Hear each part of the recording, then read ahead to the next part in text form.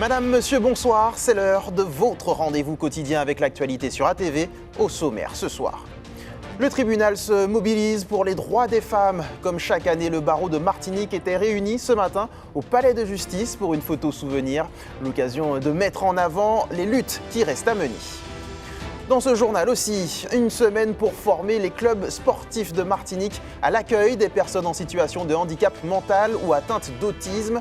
La Ligue et la Fédération française de sport adapté proposent des ateliers aux dirigeants, animateurs et bénévoles. On en parle dans quelques minutes.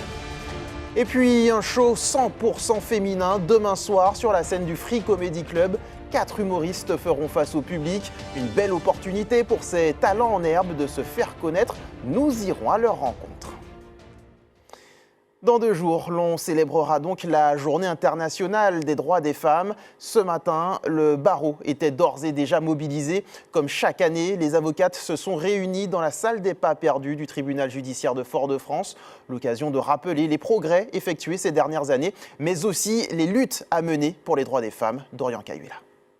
En 2026, les droits des femmes restent plus que jamais au cœur du débat public en France. Sur le terrain juridique, les avocats figurent souvent en première ligne pour défendre celles qui cherchent justice. Au tribunal judiciaire de Fort-de-France, le bâtonnier de Martinique les a réunis pour une photo symbolique. La journée du 8 mars, c'est une journée qui symbolise les batailles que les femmes ont menées avant nous et qui continuent à se mener aujourd'hui pour pouvoir obtenir une égalité et obtenir davantage de droits pour les femmes. Ça évoque une triste réalité. Effectivement, les victimes ont souvent honte, ne souhaitent pas déposer plainte parce qu'elles ont peur de ne pas être crues. C'est très difficile de sortir du silence et de devoir aller parler à des personnes qu'on ne connaît pas, notamment des enquêteurs, pour raconter ce dont on a été victime. Donc, au vu de la société actuelle, où les femmes ne sont pas forcément crues, il est très compliqué pour elles d'entamer cette démarche. Aujourd'hui, les femmes s'affirment davantage qu'auparavant. Dans le monde du travail comme dans la sphère privée, elles ne lâchent pas le combat et continuent de se battre pour faire respecter leurs droits. Comme Elodie, qui au quotidien s'engage pour défendre la cause. Alors pour moi, cette journée de la femme, c'est pour montrer à quel point nous avons beaucoup souffert et nous avons enfin pu trouver notre place. D'accord. Qu'est-ce qui est important pour toi en tant que femme aujourd'hui? Alors pour moi, c'est qu'on puisse enfin nous respecter, nous donner le temps de parole, qu'on puisse nous laisser libres, qu'on puisse arrêter de nous juger, de nous victimiser et que toutes les femmes puissent être des femmes fortes. Tous nos rêves peuvent être accomplis et ne surtout pas se laisser marcher sous les pieds à l'heure de nos jours en 2026. La bâtonnière de Martinique, au cœur de cette mobilisation, a tenu à rappeler qu'aujourd'hui, les tribunaux comptent de nombreuses femmes, greffières, avocates ou encore magistrates. Une présence de plus en plus forte dans les métiers de la justice. En 2026, on défend beaucoup plus les femmes qu'avant, parce qu'avant, les femmes étaient incapables majeures, elles ne pouvaient pas travailler, elles devaient demander l'autorisation à leur mari. Les femmes ne pouvaient pas non plus voter, les femmes ne pouvaient pas accéder à certaines professions. Et vous voyez, il y a une majorité de femmes parce que le monde judiciaire est très féminin. Donc oui, en 2026, on défend plus les droits, mais il y a encore tellement de choses à faire, non seulement dans le monde, mais aussi dans nos professions, parce qu'on se rend compte que les femmes ont moins de moyens que les hommes, ça c'est clair. Dans les tribunaux comme dans la société, la vigilance reste de mise pour que l'égalité ne soit plus seulement un principe, mais une réalité au quotidien. À la une aussi de l'actualité, le comité régional des pêches et plusieurs pêcheurs ont été reçus hier en fin d'après-midi par le président de l'exécutif à la CTM. Au cœur des discussions, leur demande de subventions pour faire face aux difficultés du secteur. Si toutes leurs attentes n'ont pas été satisfaites, les professionnels estiment avoir été entendus. Les précisions recueillies par Dorian Cahuila. La réunion elle était simple, parce que le président il a vu quand même l'effort fourni par le comité régional des pêches pour désendetter. Donc hier, il a demandé à ses services de faire en sorte que le paiement de la subvention soit activé. Donc on trouve déjà que c'est pas mal, parce qu'on est un peu limite au niveau des financements. Et là, sur le volet fonds européens, puisque nous avons des actions à mener, nous sommes obligés de faire une réunion avec ces services des fonds européens de façon à mettre en œuvre les actions en cours et à jour. Alors la somme qui a été validée au conseil exécutif, enfin en plénière, c'est cette somme qui sera validée. Donc il y aura 70% de cette subvention qui sera versée. Et sous présentation de fichiers comptables, là, le solde sera versé à nouveau. Donc bon, je dis que on n'a pas... C'est un peu difficile de l'accepter, mais on est bien obligé d'avancer comme ça. On est très conscient de la difficulté financière de la collectivité. La semaine de formation sport adapté, activité motrice et autisme a été lancée ce matin à l'IMS. L'enjeu est de professionnaliser l'accueil des personnes en situation de handicap mental ou atteinte d'autisme dans les clubs.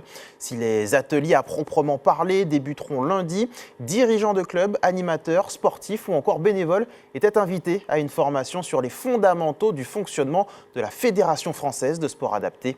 Le reportage de Louis Sabas. Environ 80 personnes en situation de handicap cognitif ou présentant un trouble du spectre autistique sont affiliées à la Ligue de Martinique de sport adapté. C'est pourquoi elle propose une semaine de formation sport adapté, activité motrice et autisme à l'IMS. Ici, des représentants de clubs, éducateurs, bénévoles et parents assistent au premier volet du stage sur le fonctionnement de la Fédération française de sport adapté. Objectif des participants, mieux comprendre l'organisme potentiellement partenaire. Et au sein de notre club Aquaform, on envisage vraiment de s'affilier à la fédération et de pouvoir créer une section à part entière. Ils sont de plus en plus intégrés dans à l'école et même dans les clubs sportifs et dans les associations. Et il est important pour nous de pouvoir les prendre en charge. Nous, parents qui sommes réticents à ne pas trouver de club pour nos enfants en situation de handicap, que là, on pourra les permettre d'accéder aux différents sports. Tout simplement pour nous permettre de connaître un peu plus la FFSA et de voir si on continue à s'affilier et pour avoir plus d'informations sur cette fédération qui nous permettrait d'accompagner de façon plus poussée les jeunes qu'on peut accueillir au sein du Madina Bikers. 3 autres cycles de formation sont proposés entre le 7 et le 13 mars. Fondamentaux du sport adapté, sensibilisation grand public, sport et autisme et certificat fédéral sport autisme. Ce dernier volet s'adresse particulièrement aux éducateurs sportifs et aux enseignants. La semaine prochaine, effectivement, va être proposé le certificat fédéral sport et autisme. Et là, c'est vraiment une toute nouvelle formation également qui se développe depuis 3 ans maintenant en métropole et qui vise à leur apporter différentes clés et connaissances spécifiques sur les troubles du spectre de l'autisme pour leur permettre vraiment d'accompagner sur les clubs de la pratique sportive en répondant vraiment aux besoins et aux particularités des publics avec autisme. Donc cette formation, elle commence lundi et elle va durer 1 semaine et les stagiaires vont être ensuite amenés à faire des stages et à passer une certification. Des solutions pratiques pour augmenter le nombre de clubs susceptibles de s'affilier à la Ligue de Martinique de sport adapté. Avec l'aide de la Fédération française du sport adapté, qui sont maîtres d'œuvre dans les formations, les contenus de formation, c'est la Fédération française du sport adapté qui les délivre. On veut vraiment augmenter le nombre de clubs affiliés et aussi d'instituts IME, IMPro, ITEP, parce que eux ils peuvent émarger à la fédération aussi en tant que telle, et on a vraiment envie de se déployer sur tout le territoire, parce que c'est autant d'opportunités pour les enfants, ou les enfants, adolescents ou adultes en situation de handicap cognitif. Aujourd'hui, seuls 4 clubs sont affiliés à cette ligue. Pourtant, 6 athlètes ont participé au championnat de France élite parasport, dont le cycliste Josué Aude-Bourina, vainqueur 2025 du Coupe du Monde en Australie. Et demain, c'est la semaine du rein qui débutera. En Martinique, près de 700 patients sont dialysés. Mais pour éviter d'en arriver là, il est important de se faire dépister. On en parle ce soir avec Michel Montrose et Cédric Aglaé.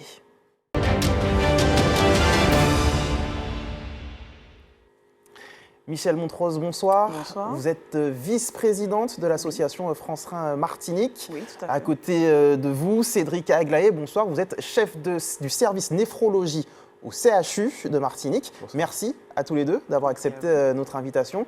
Je le disais donc, cette semaine du rein, un moment très important pour vous, puisque comme je le disais en amont, le dépistage est très important lorsque l'on parle de maladies rénales, et c'est ce que vous allez proposer cette semaine. Oui, alors tout à fait. Pendant cette semaine, on propose du dépistage gratuit à toute la population parce qu'effectivement, aujourd'hui, le seul moyen de pallier à l'évolution de cette maladie reste la prévention, le dépistage et voilà, faire attention à ces reins. Alors, quelques rendez-vous peut-être à annoncer à nos téléspectateurs. Dans quelle commune vous trouverez-vous? À quels horaires? Voilà, alors on a Macouba lundi. Mardi, on est au CHU. Le mercredi, on est à Caisse-Pilote au centre de dialyse de l'Aster. Le jeudi, nous sommes au Diamant. Le vendredi, nous sommes à Saint-Joseph. Et le samedi, nous avons une grande conférence ouverte à tout public qui se fera au Crédit Agricole du Lamentin. Cédric Aglaé, j'ai annoncé ce chiffre, 700 patients environ dialysés en Martinique. On sait qu'après la dialyse, si les choses ne se passent pas bien, il y a l'étape greffe. Comment évolue ce type de maladie ? Alors, effectivement, le dépistage est important pour prévenir l'arrivée en dialyse et aussi pour prendre en charge précocement la maladie rénale, pour éviter d'arriver à ce stade de dialyse. Et si on doit y arriver, que cette étape de dialyse soit la plus courte possible pour ceux qui sont éligibles, arriver à orienter vers une transplantation rénale. Mais on revient vraiment sur cette semaine pour sensibiliser la population au fait que chez nous, on a une prévalence de la maladie rénale qui est très forte, 2 fois supérieure à celle du territoire hexagonal, qu'on a des facteurs de risque qui sont l'hypertension artérielle, le diabète, qui sont très prévalents et qui nécessitent donc une attention particulière pour faire en sorte que dans la population, on ait tendance à aller vers son médecin traitant, à parler de cette maladie rénale, d'autant plus que s'il y a quelqu'un dans la famille qui a évolué vers le stade le plus sévère, que ce dépistage soit fait régulièrement au niveau individuel. Important de se faire dépister parce que les symptômes ne vont pas être perçus, tout simplement. Tout à fait. Les symptômes de la maladie rénale au stade précoce sont quasiment inexistants. Et donc, il y a certains facteurs de risque, comme je l'ai déjà dit, qui sont l'hypertension artérielle, le diabète, le surpoids, l'obésité et l'hérédité, qui doivent être déjà un terrain de dépistage sans attendre les signes et permettre justement de dépister un maximum de patients au plus tôt de l'évolution de la maladie. Michel Montrose, vous êtes aussi une patiente dialysée. Comment ça se passe concrètement ? Alors, quand on est dialysé, donc du coup 3 fois par semaine, il faut se rendre en centre pour se faire épurer. Puisqu'effectivement, on n'a pas cette capacité naturellement d'être épuré des déchets. Donc en fait, c'est des contraintes aussi bien de temps que des contraintes aussi alimentaires. On a certaines choses qu'on ne peut pas consommer et aussi des contraintes hydriques parce qu'aujourd'hui, on n'est pas en capacité de boire autant d'eau qu'une personne qui a les reins qui fonctionnent normalement. Donc c'est un quotidien assez lourd à gérer, j'imagine. C'est une organisation. Moi, ça fait 18 ans qu'elle est en place, du coup. Mais aujourd'hui, c'est pour ça qu'on veut inciter les gens à faire le dépistage pour ne pas se retrouver dans cette situation. Il y a beaucoup d'évolutions au niveau médical. Et en fait, il faut pouvoir en profiter et ne pas devoir arriver à ce stade-là. Dernière question, Cédric Aglaé. Est-ce qu'il y a des tranches d'âge particulièrement sensibles à la maladie ou pas forcément ? On observe la survenue de la maladie à tout âge. Il n'y a pas de tranche particulièrement identifiée. Néanmoins, au-delà de 50 ans, au-delà de 60 ans, vu que le risque de maladies associées comme l'hypertension artérielle est plus fréquent, forcément, la population la plus représentée qui arrive au stade le plus avancé de la maladie et la tranche d'âge 50-70 ans. Néanmoins, on a de plus en plus de patients qui, entre 30 et 50 ans, développent des atteintes rénales. Et donc, on est là aussi pour dire qu'il ne faut pas attendre et se dire qu'on est protégé par son âge, il faut se faire dépister. Donc l'idée, c'est de se faire dépister le plus tôt possible, quel que soit l'âge. Exactement, et on est là pour ça cette semaine. Eh bien, merci beaucoup à tous les deux d'avoir accepté notre invitation et on vous retrouve donc toute cette semaine sur les différents points que vous avez annoncés. J'imagine qu'on pourra aussi les retrouver sur vos réseaux sociaux, etc. Merci encore une fois d'avoir accepté notre invitation. On poursuit avec le dispositif du Stade vers l'emploi organisé par France Travail. Un job dating un peu particulier a permis à une quarantaine de demandeurs d'emploi et de recruteurs de se rencontrer autour du hip-hop à Fort-de-France. L'occasion de découvrir des talents autrement, les précisions. L'idée pour nous, c'est d'organiser un job dating via la valorisation du sport. Et ce matin, nous avons eu le bonheur d'accueillir Booba, qui est un danseur de hip-hop reconnu nationalement, qui est venu animer pour les demandeurs d'emploi et les employeurs de manière anonymisée une activité sportive autour de la danse et de la musique. On a dansé sur Michael Jackson de manière à pouvoir mettre chacun en mouvement, en énergie, retrouver de la confiance en soi et de manière à ce que demandeurs d'emploi et employeurs soient ensemble de manière anonyme et puissent identifier chacun les énergies et les savoir-être professionnels. Et nous concluons cette matinée par un dévoilement. Donc chacun va indiquer quel est son statut. Et on va finir sur un format speed dating. Ce qui est fort, c'est que les demandeurs d'emploi sont mélangés avec les recruteurs. Tout le monde danse, tout le monde est en sueur. Et là maintenant, ça va être le job dating en sueur. La confiance en soi, ça passe par la danse. Donc là, l'exercice vient d'être fini. Ça s'est fini en battle, groupe contre groupe. Ils ne s'attendaient même pas à non seulement danser, ils ont fini par faire un battle, groupe contre groupe. Et c'était magnifique. C'était magnifique. La confiance en soi est sortie. L'engagement était là. Nous évoquions en début d'édition la journée internationale des droits des femmes qui se tiendra dimanche. Eh bien, les humoristes féminines seront à l'honneur demain au Free Comedy Club. Elles seront 4 sur scène pour un moment de partage avec le public. Jean-Marc Carteron nous dresse le portrait de 2 d'entre elles. 10 ans de chaos sentimental en Martinique, j'ai appris 2 choses. La première chose, c'est que dater un Antillais, c'est comme prendre l'avion avec Air Sri Lanka. 2 comédiennes montent sur scène pour faire rire le public et affirmer leur place dans le stand-up. À la rue Lamartine, les dernières répétitions s'enchaînent.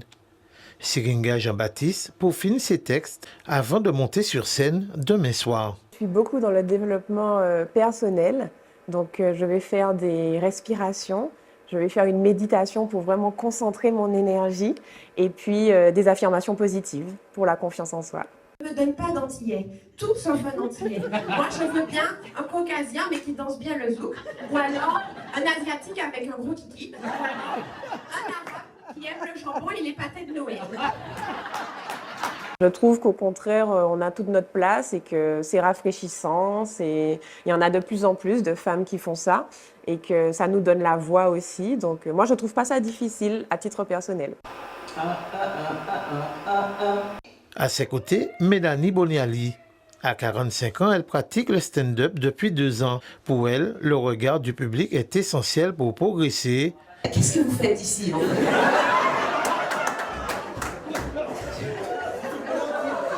Il y avait de la lumière, vous êtes rentrés. C'est bien, bienvenue.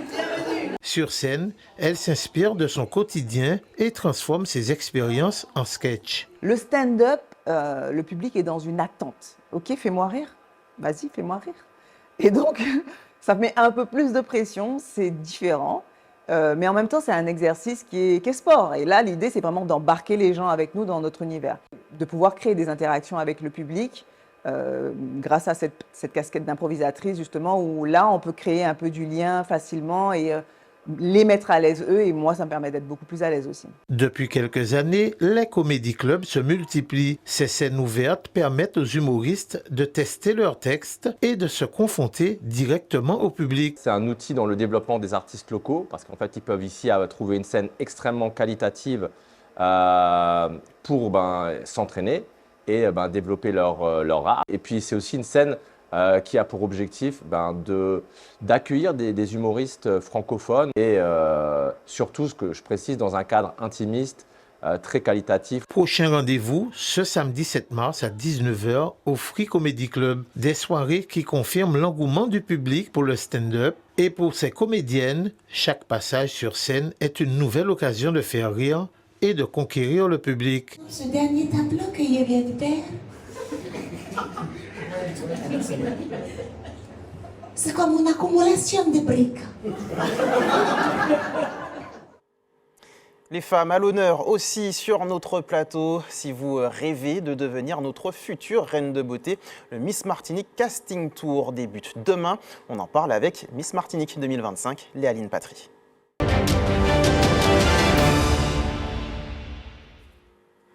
Bonsoir Léaline. Bonsoir. Merci d'avoir accepté notre invitation. Je le disais, c'est un grand moment pour Miss Martinique, le casting tour qui débute demain au Salon du Voyage. C'est bien ça? Oui, tout à fait, effectivement. Alors comment ça va se passer?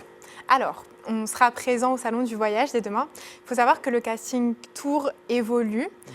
Donc cette fois-ci, on sera présent sur différents événements. Voilà, donc vous pourrez nous retrouver samedi et dimanche sur le stand du CMT à Madiana. Et de 16h à 19h. Voilà. Il y aura d'autres dates aussi prévues, dont une à la Galeria et une au McDo à Cajou. Mais toutes les informations seront transmises aussi sur le compte Instagram Miss Martinique. Donc voilà, tout sera partagé et puis on vous attend nombreuses pour répondre à toutes vos questions aussi, parce que ce sera un moment d'échange, de partage d'expériences. Voilà, je sais. Justement, ce partage d'expérience, quels sont les critères recherchés? Alors, primordialement, la taille. Il faut mesurer 1,70 m au minimum. Il faut être âgé d'au moins 18 ans. Et puis après le reste, venez tenter votre chance finalement. Justement, vous êtes passé par cette étape casting. Comment il s'est déroulé pour vous, le casting? Alors moi, j'ai passé le casting à Paris. J'ai passé le casting à Paris. Et puis, on m'a posé quelques questions. À la suite de ça, j'ai été appelée. Et puis, on m'a sélectionnée donc à distance. Enfin, le comité m'a sélectionnée à distance. Et puis j'ai appris que j'étais sélectionnée candidate pour Miss Martinique. Vous aviez des craintes particulières à ce moment-là? Ma question est évidemment par rapport à celles qui souhaiteraient venir participer à ce casting tour et qui n'oseraient pas. Quels conseils vous pouvez leur donner? Alors c'est vrai que moi j'avais peur de ne pas être suffisamment à la hauteur ou d'être trop réservée, trop timide. Mais finalement, durant l'expérience Miss Martinique, on apprend à se surpasser, on apprend à oser et finalement la timidité ou la crainte ne devient absolument pas un frein, mais au contraire, on peut s'en servir pour pouvoir faire de grandes choses et aller loin. Et donc, c'est un plus pour soi et ça mérite l'expérience Miss Martinique mérite d'être vécue. Et vous serez sur ce casting tour pour donc partager toute cette expérience avec les futures candidates. Merci beaucoup, Léaline Patry. Rendez-vous donc demain, rappelez-nous les horaires. C'est ça. Alors samedi et dimanche de 16h à 19h à Madiana, au Salon du Voyage, sur le stand du CMT. Bien, parfait. Merci à vous. On se retrouve donc sur le Salon du Voyage avec le casting tour de Miss Martinique. Merci encore. C'est moi qui vous remercie. Place au sport maintenant. En volleyball féminin, le Rayon a validé son billet pour les demi-finales des playoffs. Les Ansoises sont venues à bout de l'entente FEP Monésy-Éclair hier soir. Victoire au bout du suspense, 3-7-2. Récit du match, Karel Chassol et Marc Michel. D'entrée, l'entente FEP Monésy-Éclair donne le ton. Elle bouscule le Rayon et au terme d'un premier set très disputé, s'impose 25-17. Bousculées, mais pas coulées, les Ansoises reviennent sur l'aire de jeu avec d'autres intentions. Elles souffrent le second set 25-18. Et les partenaires de Béatrice Civilla poursuivent sur leur lancée. Même si l'entente s'accroche, le Rayon remporte le troisième set sur le même score.